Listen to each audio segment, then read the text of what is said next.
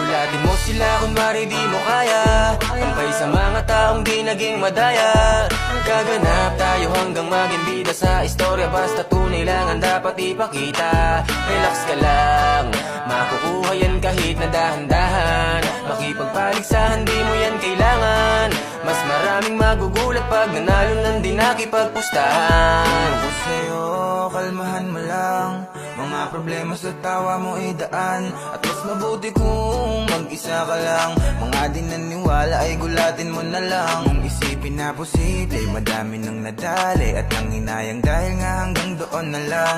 Palagi lang isipin, panalo ka pagising mo sa umaga dahil iyong ginaganapan.